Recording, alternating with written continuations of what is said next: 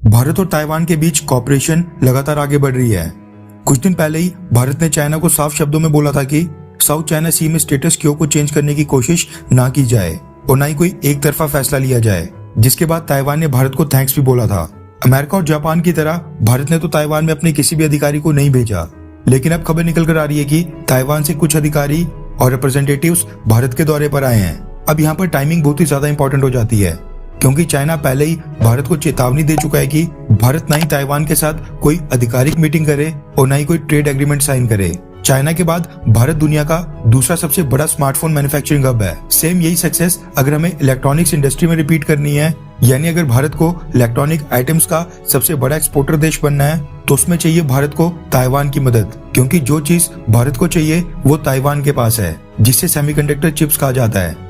दिक्कत यह है कि भारत को अपनी 100% सेमीकंडक्टर चिप्स विदेशों से इंपोर्ट करनी पड़ती है, यानी भारत एक भी सेमीकंडक्टर चिप मैन्युफैक्चर नहीं करता है। जिस स्पीड से भारत में इलेक्ट्रॉनिक्स मैन्युफैक्चरिंग बढ़ रही है, सेम उसी स्पीड से सेमीकंडक्टर चिप्स की डिमांड भी बढ़ रही है, क्योंकि आजकल ऑलमोस्ट हर एक इंडस्ट्री में इलेक्ट्रॉनिक पार्ट्स शामिल हैं। इसके अलावा सेमीकंडक्टर चिप्स का इस्तेमाल वेपन मैन्युफैक्चरिंग यानी कई एडवांस्ड हथियार मैन्युफैक्चर करने में भी किया जाता है। ऐसे में जब भारत मेड इन इंडिया हथियारों की ओर बढ़ रहा है, तो फिर देश में सेमीकंडक्टर चिप्स के मैन्युफैक्चरिंग प्लांट होना भी उतना ही ज्यादा इंपॉर्टेंट हो जाता है। वरना बाहरी देश से अगर चिप्स नहीं आई तो फिर भारत में हथियारों की प्रोडक्शन भी रुक जाएगी, यानी स्ट्रेटेजिक रूप से भी सेमीकंडक्टर चिप्स बहुत ही इंपॉर्टेंट है। इसके अलावा भारत ने पिछले एक साल में $24 बिलियन की अकेले सेमीकंडक्टर चिप्स इंपोर्ट की थी। इस चीज से निपटने के लिए आपको याद होगा, पिछले साल मोदी सरकार ने फैसला किया था कि जो भी global semiconductor manufacturing companies PLI scheme के तहत भारत में मैन्युफैक्चरिंग प्लांट स्थापित करेंगी, उनको 76,000 करोड़ रुपीस तक के इंसेंटिव्स और टैक्स रिबेट्स मिलेंगी।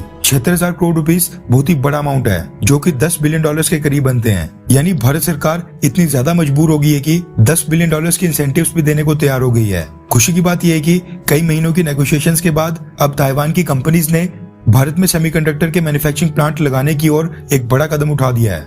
रेफरेंस के लिए आपकी स्क्रीन के ऊपर हिंदुस्तान टाइम्स के आर्टिकल का स्क्रीनशॉट है, जिसके मुताबिक ताइवान से एक टीम भारत आई थी, जिसने चंडीगढ़ के मोहाली और गुजरात का दौरा किया था।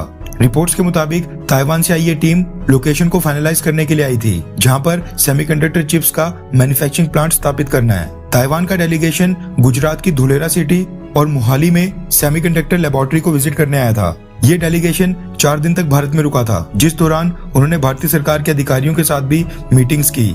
चाइना के साथ चलते कॉन्फ्लिक्ट के कारण दोनों देश ने आधिकारिक तौर पर इसकी जानकारी नहीं दी थी।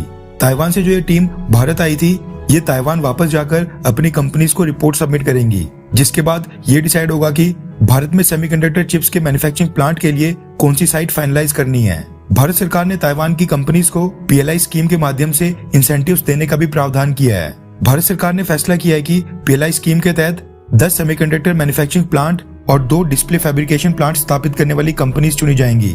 भारतीय सरकार का उद्देश्य है कि साल 2023 से 24 तक किसी भी तरह भारतीय मार्केट में made in India semiconductor chips आ जाएं, जो न सिर्फ डोमेस्टिक मार्केट बल्कि फॉरेन कंट्रीज में भी एक्सपोर्ट की जाएं। इससे न सिर्फ ऑटोमोबाइल बल्कि इलेक्ट्रॉनिक से लेकर एविएशन और कई वाइड रेंज ऑफ इंडस्ट्रीज हैं जिनमें इलेक्ट्रॉनिक्स पार्ट्स लगते हैं, उन सबको फायदा होगा।